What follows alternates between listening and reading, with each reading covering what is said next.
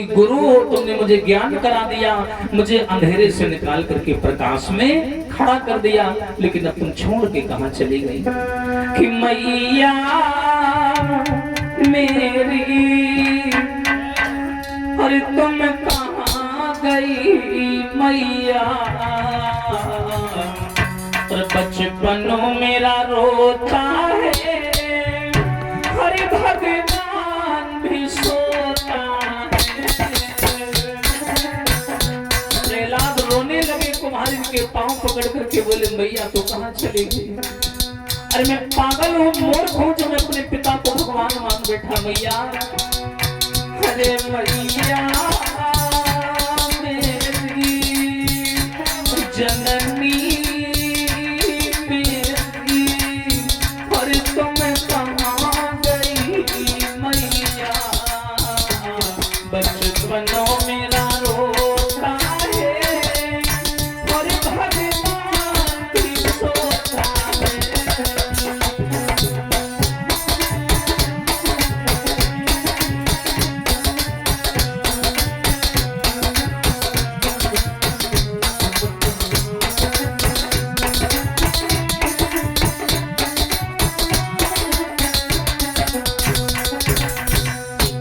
बोले भैया हरे भगवान बड़ा निर्दयी, और ये हमने जाना है।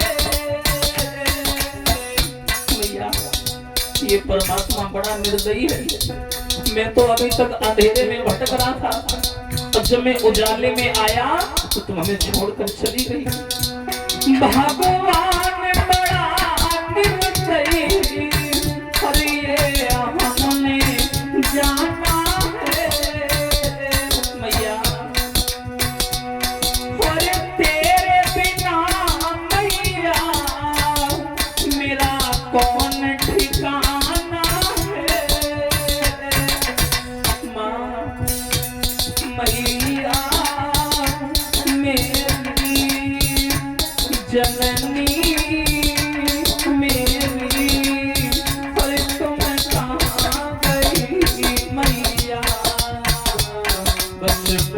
मेरा रोता है, भगवान भी सोता है।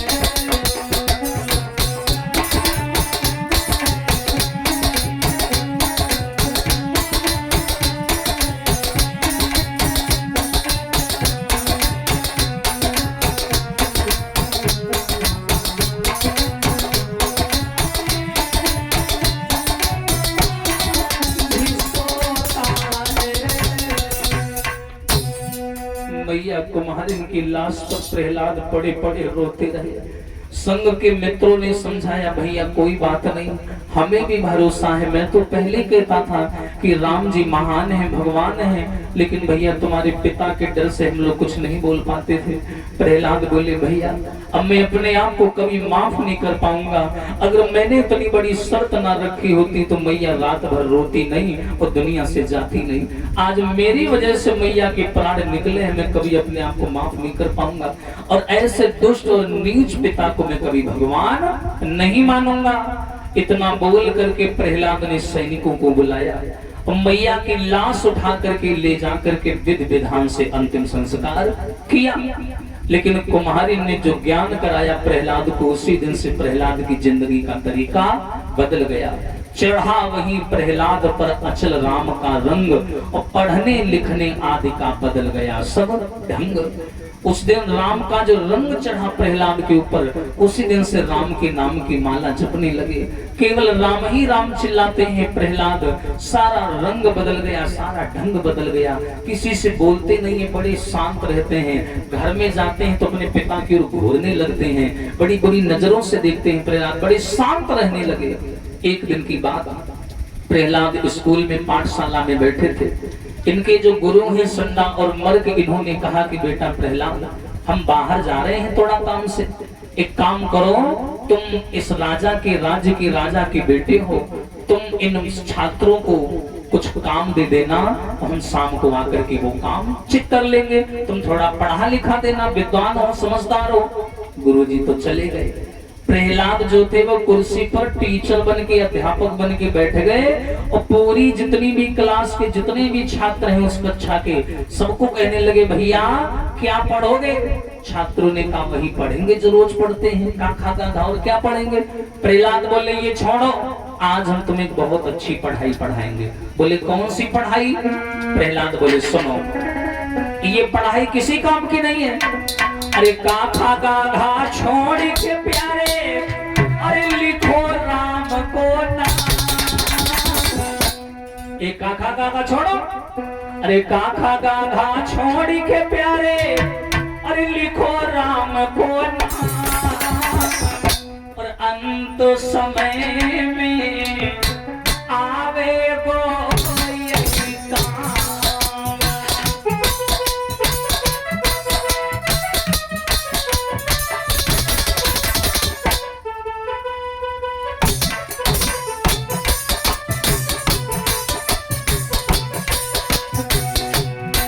ए भैया, ये काका गागा छोड़ो, राम राम लिखो, राम राम।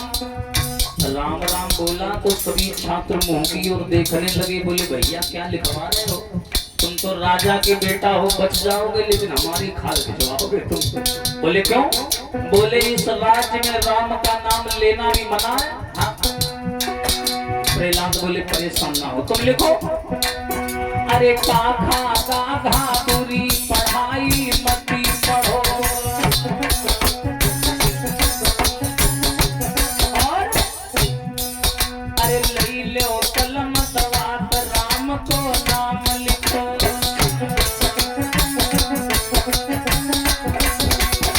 ले लो कलम दवात, राम को नाम लिखो।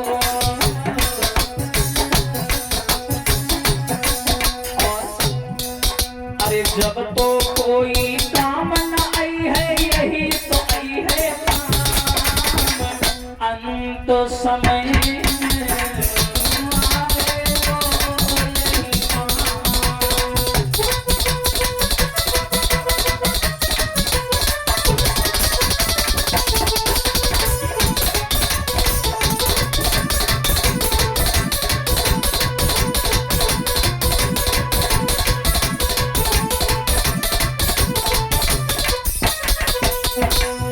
प्रहलाद ने कहा कि ये सब छोड़ो, राम का नाम लिखो। जितने भी छात्र कक्षा में बैठे थे सबसे राम नाम लिखवा दिया। अब तो राम नाम लिखने के बाद में प्रहलाद ने भी अपनी पट्टी पे राम राम लिख लिया और गुरुजी के आने का इंतजार करने लगे। प्रहलाद ने संकल्प ले लिया था कि माँ कुम्हारी मेरी वजह से संसार छोड़ के गई है, और पिताजी अगर मैंने तुम्हें सुधार ना दिया तो मेरा भी नाम प्रहलाद नहीं है। संकल्प कर लिया था प्रहलाद ने। तो शाम के समय जब गुरुजी लौट करके आए, बोले, बेटा तुमने काम दे दिया सबको? बोले, हाँ दे दिया। बोले, चलो लाइन से सब लोग आओ, हम देखें तुम लोगों ने क्या पढ़ा। एक लड़का आया और लेकिन उसके हाथ पांव कहाँ पर रहे थे। उसने आगे अपनी पट्टी बढ़ाई, देखा उस पे राम राम लिखा। एकदम सन्ना मर खड़े हो गए, प्रहलाद जी गुरुजी ये क्या लिखा है? बोले, तुम भी पढ़ लो, तुम्हारा भी कल्याण हो जाएगा। बोले, क्या लिखा? बोले, राम राम लिखा है। राम राम? तुम्हें मालूम भी है राम राम कौन है? ये वही राम है जिसने तुम्हारे सगे चाचा हिरणाक्ष का वध किया था, और तुम अपने दुश्मन का नाम ले रहे हो। इस राज्य में राम का नाम लेना एक सजा है, एक जुर्म है, कानून है यहाँ का।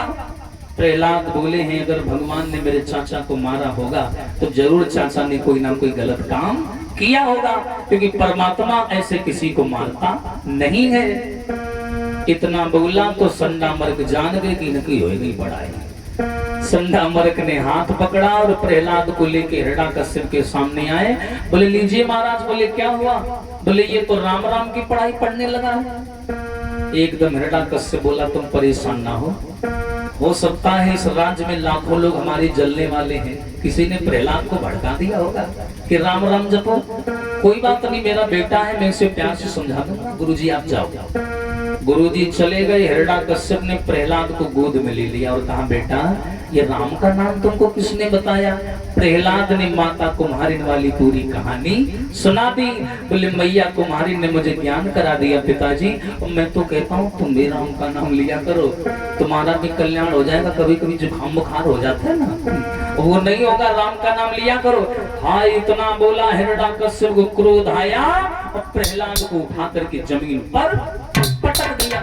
जवाब दिया दुष्ट कहीं का, तुझे शर्म नहीं आई मेरे दुश्मन का नाम ले रहा मेरे सामने?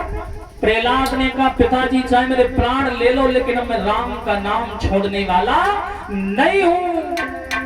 इतना बोल करके हिरण्यकश्यप जान गया कि प्रहलाद जो है वो हमारे खिलाफ हो चुका है। अब तो भैया हिरण्यकश्यप ने ये संकल्प ले लिया कि राम का नाम लेने वाले को मैं माफ नहीं करूंगा, चाहे बेटा हो चाहे कोई भी हो। उसने हिरण्यकश्यप ने प्रहलाद को मारने की शपथ ले ली और लेकर के चल दिया।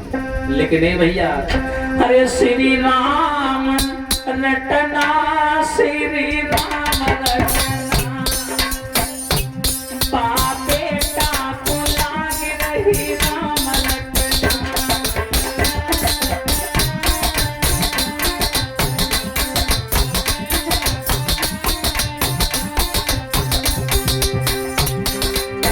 अरे श्री राम रटना, श्री राम रटना, ताली बजा करके भाव से जय हो। अरे बेटा को लाग रही राम रटना।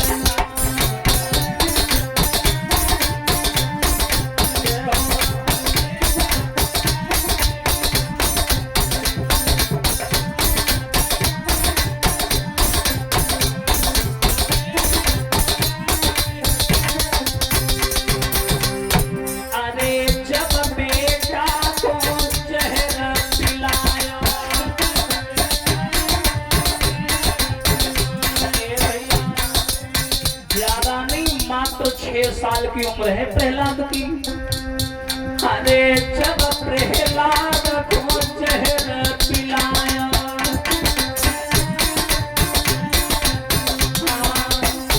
तब अमृत को रूप धरो री अपना, बाबे का लाग रही राम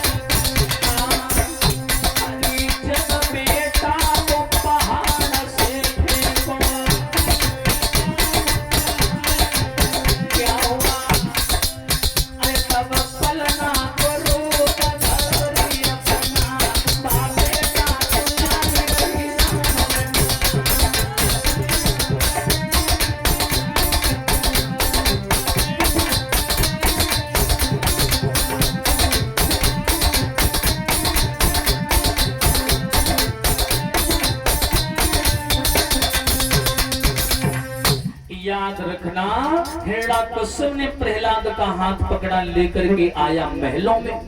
बेचारी कयाधु इसकी पत्नी बैठी, हिरण्यकश्यप अपने बेटा को खींचता हुआ चला जा रहा, कयाधु के पास लाया। कयाधु बोली महाराज क्या हो गया, इसे क्यों खींच रहे हो? हिरण्याकश्यप बोला तुम्हें मालूम है मैंने तो सोचा था कि हमारे आचरणों पर चलने वाला कोई सपूत पैदा होगा, लेकिन ये हमारे खिलाफ चलने वाला कपूत पैदा हो गया। एक काम करो कयाधु, ये हमारे दुश्मन राम का नाम लेने लगा है और ये राम के बताए हुए चिन्हों पर चलने लगा, हमें कुछ समझता ही नहीं है। हाँ, हमारी बात नहीं मानता है। इसलिए काम करो, अगर तुम हमारी पत्नी हो तो इसे तुम जहर दे करके मार दो। इतना बोल करके ये चला गया। अब तो कयादों के हाथ पांव कांपने लगे, हाय ये क्या बोल दिया। अब तो बेचारी बीच में फंसी है। पति की बात मानती है तो बेटा चला जाएगा और नहीं मानती है तो पतिव्रत धर्म चला जाएगा। क्या करे, बेचारी बीच में फंसी है। सत्य पर चलने वालों का यही हाल होता है समाज के लोगों। बेचारी बड़ी दुखी हो गई। उसने सोचा कि ला अपने बेटा को हम समझा ही ले। प्रहलाद को गोद में ले लिया और कहा कि बेटा तुम्हें मालूम है ये राम जो है ना अपने परिवार के बैरी हैं, दुश्मन है, इनका नाम ना लिया करो। और देखो तुम्हारे पिताजी क्या बोल के गए, जहर देने को बोल के गए। प्रहलाद गोदी सुट के खड़े हो गए, बोले मैया तुझे जहर देनो है ना तो अपनो धर्म निभा। तू मेरे पिता की पत्नी है, तू अपना धर्म निभा, तू अपने पे कलंक न लगा। और मेरे राम में ताकत होगी तो मेरा राम मेरी रक्षा अवश्य करेगा, तो मेरी चिंता ना कर मैया। तो ये काम कर, क्या तो जहर ला, मैं पीने को तैयार हूँ, लेकिन मैया जहर पिवाए दे सो मैं पी लूंगा, लेकिन राम को नाम छोड़ने की सलाह मत दे। क्यों? अरे छोड़ेंगे ना हम हरि का नाम यो मैया, हर मरते दम।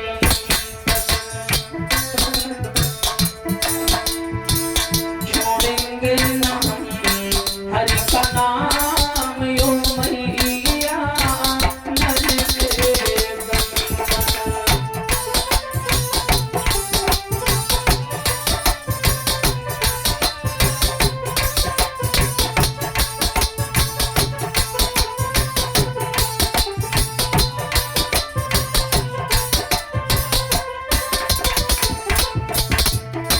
ए मैया हो मरते दम नहीं, सात जन्म नहीं, हो सात जन्म नहीं, जन्म जन्म तक छोड़ेंगे ना हम हरि का नाम यो मैया,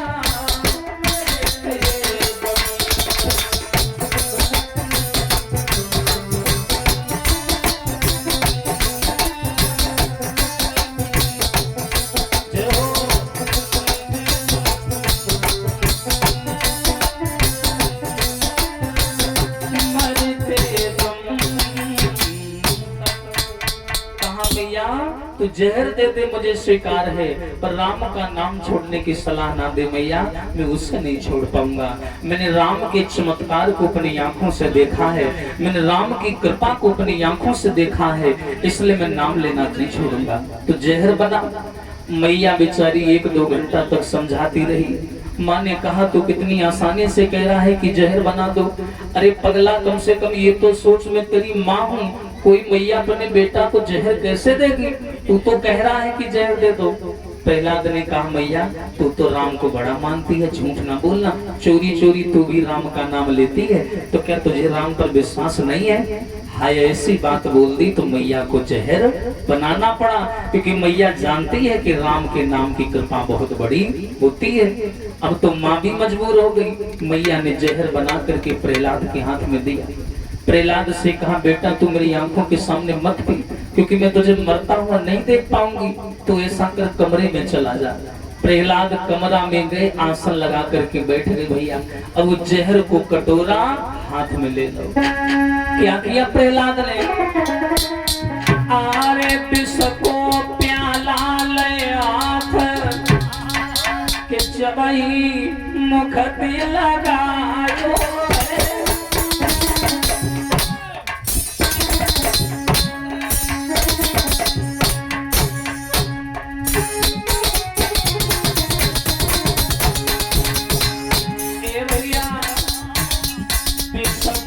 प्याला ले हाथ के जबई मुख से लगायो।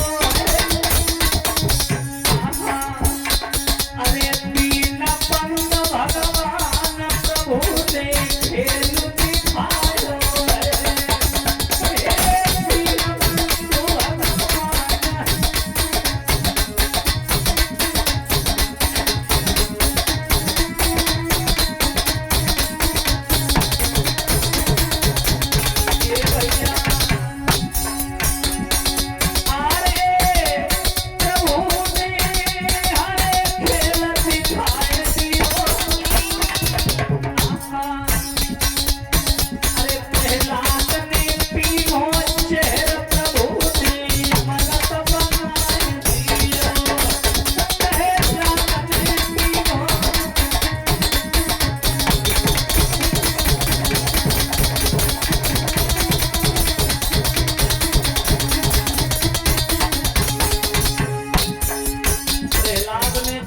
वो जहर का प्याला पिया, भगवान ने उसे रसना यानी अमृत बना दिया।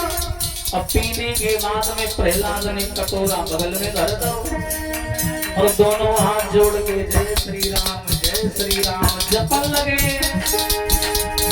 हरे हरि हरे बोलो मेरे भाई, हरे खगमणि की नाम मिटे करो कहीं लाखों चतुराई।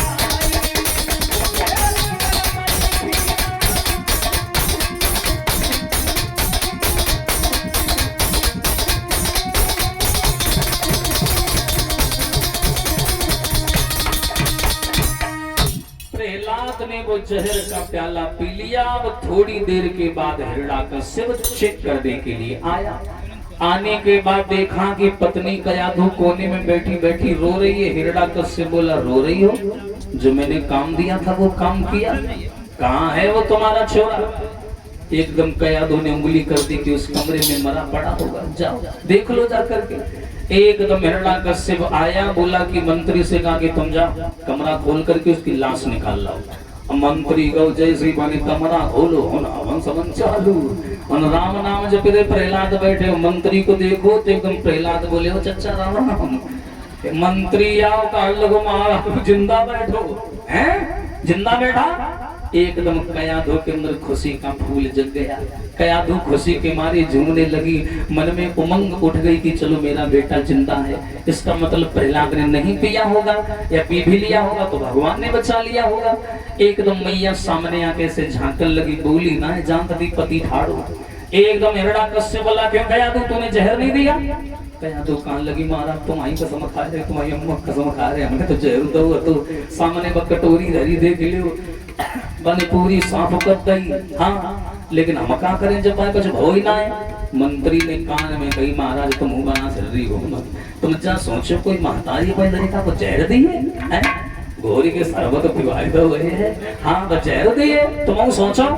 बोले एकदम कयाधु बोली, महाराज मंत्री ज्यादा लबल लबल कर रहा हो, कह रहे तो भरोसा ना है। बोले ना हम माने नहीं सकते कोई माँ अपने बेटा को जहर दे दे।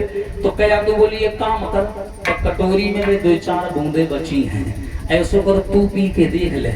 हाँ अच्छो है सही वालों है कि नकली है, तू पी के देख। सोई मंत्री के हाथ पैर कांपन लगे, हम तो मजाक कर रहे थे, हम तो मजाक कर, बोले ना पी के देख। हिरण्याकश्यप बोला चल पी। एकदम भैया मंत्री ने बची खुची 2-4 बूंदे मुंह में डाली, एक बूंद गई पेट में, आंखें बड़ी बड़ी हो गई। सो झड़पटाए कि जमीन में गिरे, दोबारा ना उठे। जो हिरण्याकश्यप ने ये देखा वो जान गया कि प्रहलाद का संपर्क नारायण से हो चुका है, अब दुश्मनी बराबर की हो गई है। इसका मतलब है कि वो नारायण प्रहलाद की रक्षा कर रहा है। अब तो मुझे ही कुछ करना पड़ेगा। प्रहलाद को लिया साथ में और लेकर के हाथ पकड़ करके चल दिया और कमरे में बंद करके भैया इसने कोड़ा उठाया। वो कोड़ा उठा करके प्रहलाद को अपने हाथों से मारने लगा। लेकिन प्रहलाद कह रहे, पिताजी मोए राम नाम प्यारो, पिताजी मोए मती मारो, राम नाम प्यारो।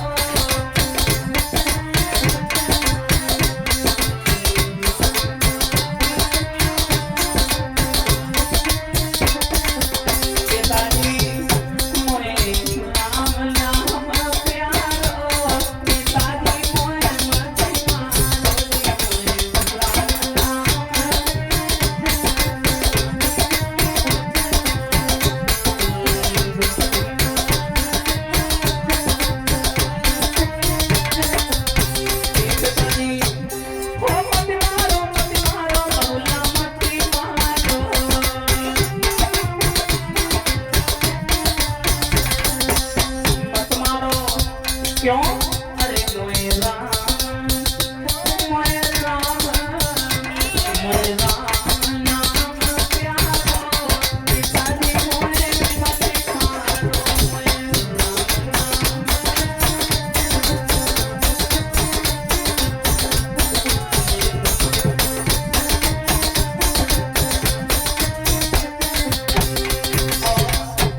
अरे तो ये अक्षर का नाम मनो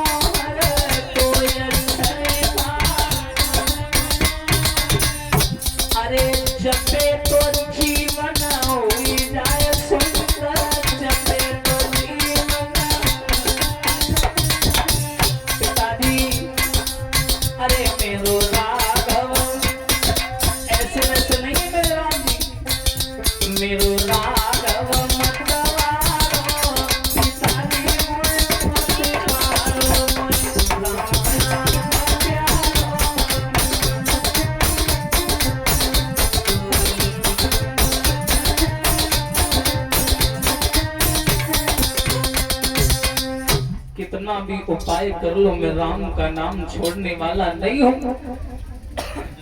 इतना बोला तो हिरण्यकश्यप ने प्रहलाद को पकड़ करके नौकरों के हवाले कर दिया। बोले काम करो, इसको ले जाओ।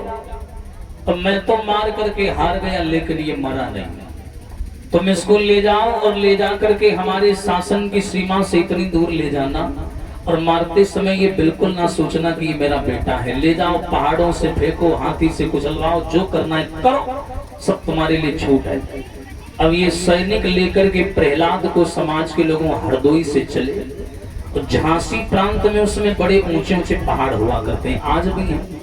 तो झांसी प्रांत में एक उरई के आगे बड़ा सुंदर गांव पड़ता है टिकौली। उस गांव में किनारे से नदी बेतवा निकली हुई है। ये नदी बेतवा वही है जो आल्हा वगैरह की लड़ाइयों में आपने नदी बेतवा का नाम सुना होगा। ये नदी बेतवा मगरमच्छों के रहने के स्थान से जानी जाती है। आज भी इसमें काफी जगह मगरमच्छ पाए जाते हैं, बहुत अधिक संख्या में।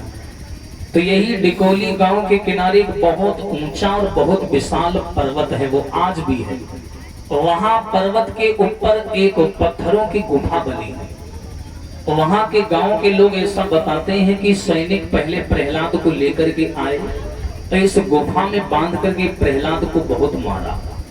लेकिन जब प्रहलाद फिर भी नहीं माने, तो ऊपर चोटी पर ले जाकर के ऊपर चोटी से नदी बेतवा की ओर प्रहलाद को फेंक दिया।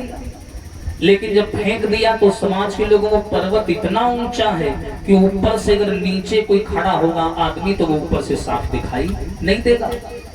तो जब नौकरों ने, सैनिकों ने नदी बेतवा में फेंका कि अगर ये बच गया तो मगरमच्छ खा जाएंगे, लेकिन भगवान विष्णु ने दोनों हाथ फैला करके प्रहलाद को गोद में ले लिया, रक्षा कर ली। तो जिस जगह नदी बेतवा में भगवान विष्णु प्रकट हुए, उस जगह भगवान विष्णु के पैरों के निशान आज भी मजबूत मौजूद है। आज भी वहां के लोग उन पद चिन्हों की पूजा करते हैं। भगवान ने प्रहलाद की रक्षा की, और रक्षा करने के बाद में नौकरों ने कहा अब तो वो मर गया होगा, चलो अपने अपने घर। नौकर चल दिए, लेकिन प्रहलाद नदी बेतवा पार करके पैदल अपने घर की ओर चल पड़े। नौकर ना पहुंच पाए, प्रहलाद पहले पहुंच गए। और जैसे प्रहलाद आए अपने पिताजी की कचहरी में गए और सीधे सामने जाकर खड़े हो गए। बोले पिताजी राम राम। जैसे राम राम कही सो हिरण्यकश्यप और घसे आएगा। बोले हाँ तू लौटे आओ, सैनिक कहाँ चले गए? बोले बे पीछे हुए और हम कहाँ, हम तो चले आए। हिरण्यकश्यप जान गया कि ये प्रहलाद वहां से भी बच के आ गया है, अब हमें ही कुछ करना पड़ेगा। हाथ पकड़ा और नंगी तलवार लेकर के प्रहलाद को मारने के लिए स्वयं चल दिया। बोलिए सच्चिदानंद भगवान की।